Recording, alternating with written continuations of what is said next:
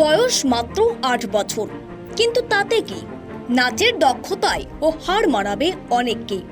রায়গঞ্জের পশ্চিম বিনগরের বাসিন্দা সঞ্জয় সাহার মেয়ে সমন্বিতা সাহা আন্তর্জাতিক স্তরে নৃত্য প্রতিযোগিতায় সেরার সেরা শিরোপা অর্জন করল।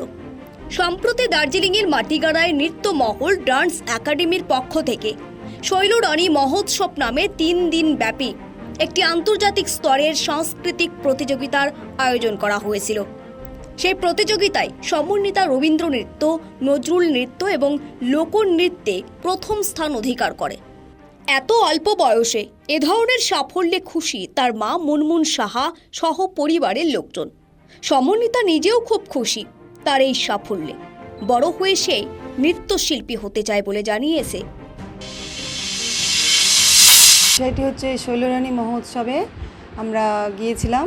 ওখানে 100 জনের মতন ক্যান্ডিডেট ছিল, তার মধ্যে আমার মেয়ে আউটস্ট্যান্ডিং রেজাল্ট করেছে। আর ওটা মাটিগাড়া দার্জিলিংয়ে হয়েছে। ওটা আমাদের মানে কি বলবো, উত্তরবঙ্গ দক্ষিণবঙ্গ মিলেই হয়েছিল।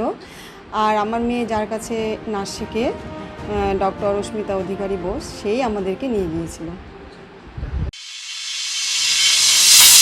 কি নাম তোমার? সমন্বিতা সাহা। তুমি কোথায় গিয়েছিলে? দার্জিলিং। কি সেখানে কি হয়েছে? তুমি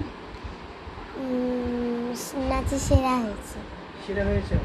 কতগুলো নাচ করেছিলে সেখানে? 3টা। আচ্ছা, অত বড় একটা স্টেজে অত লোকের সঙ্গে নাচ করেছো, ভয় লাগেনি?